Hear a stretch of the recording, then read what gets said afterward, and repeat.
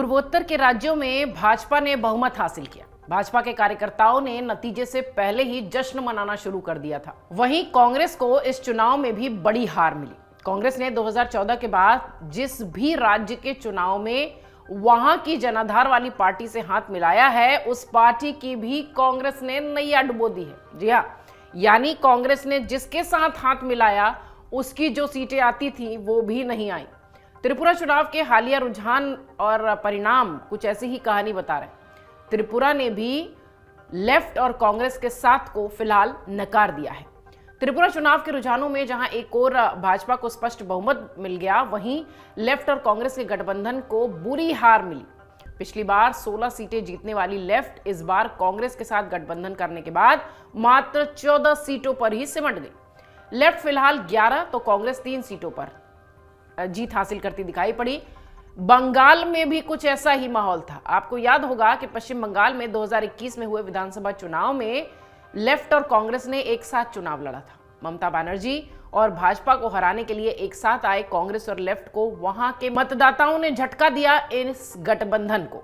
यहां तक कि कांग्रेस गठबंधन का वहां खाता तक नहीं खुल पाया। ममता की पार्टी टीएमसी को जहां 294 में से 219 सीटें मिली, वहीं भाजपा 70 सीटों के साथ दूसरी लार्जेस्ट पार्टी बनकर उभरी। अब अगर यूपी की बात करें तो आपको याद होगा कि दो लड़के एक साथ आए थे और यहां पर भी गठबंधन फेल हुआ था। हम बात कर रहे हैं अखिलेश यादव और राहुल गांधी की। यूपी के 2017 के विधानसभा चुनाव में कांग्रेस और समाजवादी पार्टी ने गठबंधन कर चुनाव लड़ा था। इस चुनाव में भी कांग्रेस के साथ सपा की नैया डूबती दिखाई पड़ी थी। कांग्रेस ने समाजवादी पार्टी के साथ मिलकर ये चुनाव ये कहते हुए लड़ा था कि इस बार प्रदेश में 2 लड़कों की जोड़ी है और ये जोड़ी जीतेगी। दरअसल कांग्रेस के नेता राहुल गांधी और सपा नेता अखिलेश यादव की जोड़ी को लेकर यह नारा दिया गया था कि लड़कों की जोड़ी है, जीत कर दिखाएगी। हालांकि प्रदेश की जनता ने यूपी में भाजपा को बड़ा बहुमत दे दिया।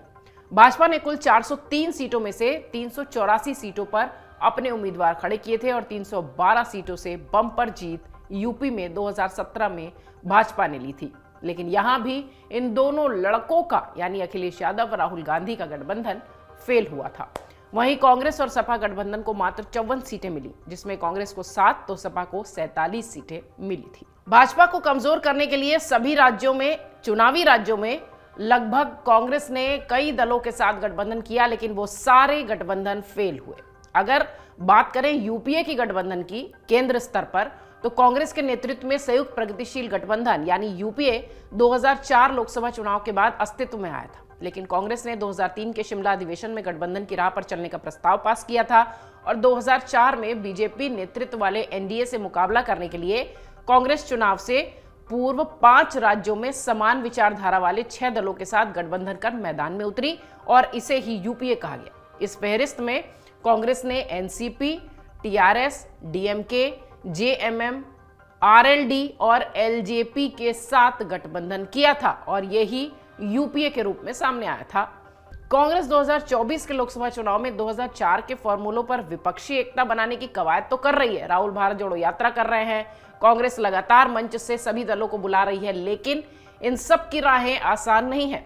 20 साल में देश की सियासत खासा बदल गई है। प्रधानमंत्री मोदी की लोकप्रियता और भाजपा का बढ़ता कद निश्चित तौर पर कांग्रेस के लिए बड़ी परेशानी है। कांग्रेस 2004 की तरह मजबूत नहीं है इस वक्त। उस समय उसके साथ रह चुके कई क्षेत्रीय दल उसका साथ छोड़ चुके हैं। 2004 में कांग्रेस के साथ मिलकर चुनाव लड़ने वाले एलजेपी अब बीजेपी के साथ हैं। लेफ्ट पश्चिम बंगाल और त्रिपुरा में काफी कमजोर हो चुकी है। यूपी में बसपा और सपा की स्थिति बहुत ज्यादा बेहतर नहीं है।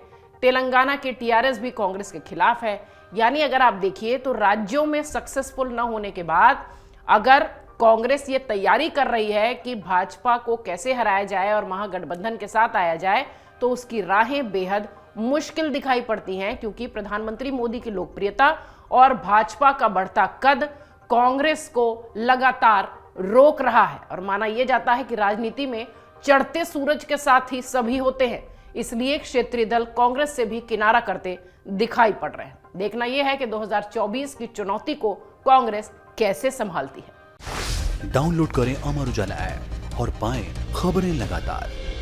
अगर आप ये वीडियो YouTube पर देख रहे हैं तो हमारे चैनल को सब्सक्राइब करें और बेल आइकन को दबाना ना भूलें। अगर आप Facebook पर यह वीडियो देख रहे हैं तो हमारे पेज को लाइक करें।